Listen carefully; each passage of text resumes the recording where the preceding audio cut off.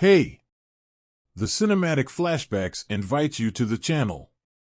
Today I'm going to explain Knock at the Cabin. 7-year-old one is traveling with her folks, Eric and Andrew, at their remote lodge in Rustic, Pennsylvania. While getting grasshoppers, one is moved toward by an outsider named Leonard. At first beguiling, he makes sense of that he really wants one and her folks' assistance to save the world. In any case, while one and Leonard get to know one another getting grasshoppers, she becomes dubious when three others show up with stopgap weapons. One escapes to caution Eric and Andrew, yet the guests break into the lodge and tie them up, with Eric supporting a blackout. Leonard and his friends, Sabrina, Adrian, and Redmond, guarantee that they have never met before this day and in no way want to hurt the family. Notwithstanding, in the previous week, they have been driven by dreams and an obscure power to track down the family. The gathering predicts a looming end of the world in which Leonard claims seas will rise, a pandemic will spread, the sky will fall, and obscurity will encompass the earth. The best way to forestall this is for the family to forfeit one of their own. They are cautioned that, despite the fact that they will endure the end times, on the off chance that they don't pursue a decision, they will be the last individuals alive. Eric and Andrew suspect that the gathering is lying and that the assault is inspired by contempt and daydream. At the point when the family won't pursue a decision, the guests penance Redmond by covering his head with a material and pounding the life out of him with their weapons.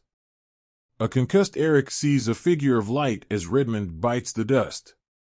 On the TV, media reports show pulverizing mega-tsunamis, which Leonard announces is the beginning of the end times.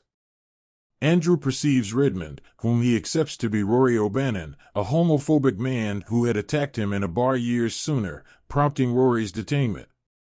Andrew believes that Rory found him for vengeance. Leonard, Sabrina, and Adrian question Andrew's supposition and wrestle with their responsibility, yet at the same time clutch their dreams. They uncover that Redmond's passing has released the principal catastrophe. The next day, the gatecrashers penance Adrian as the family stays ambivalent.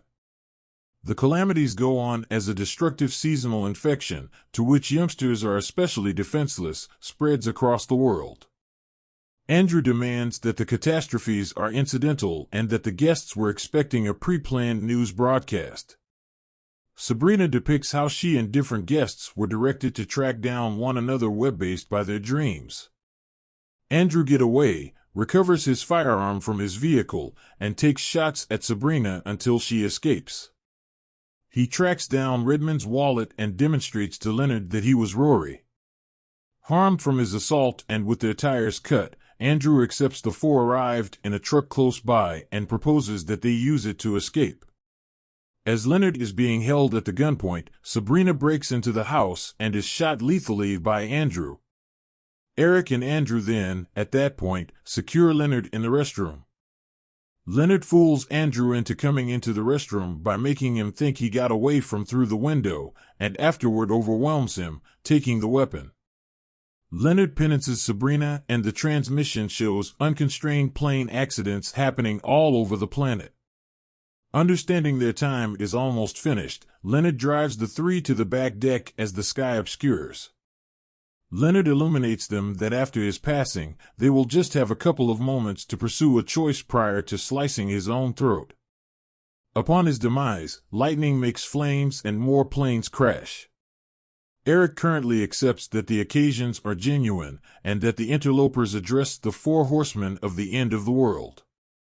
Not maintaining that one should experience childhood in an obliterated world, Eric offers himself as the penance.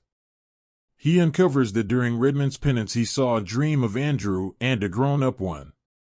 Eric feels that their family was decided to make the penance on the grounds that their affection was unadulterated. Hesitantly, Andrew shoots and kills Eric prior to lightning strikes, setting the lodge ablaze. Andrew and Wynn track down the guest's truck with possessions that substantiated their accounts.